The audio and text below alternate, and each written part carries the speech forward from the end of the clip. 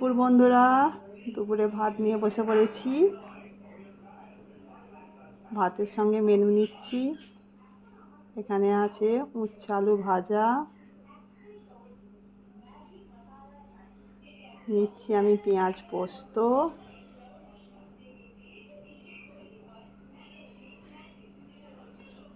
নেবো আমি চিংড়ি মাছের চপ, এখানে নেব পটলের চপ,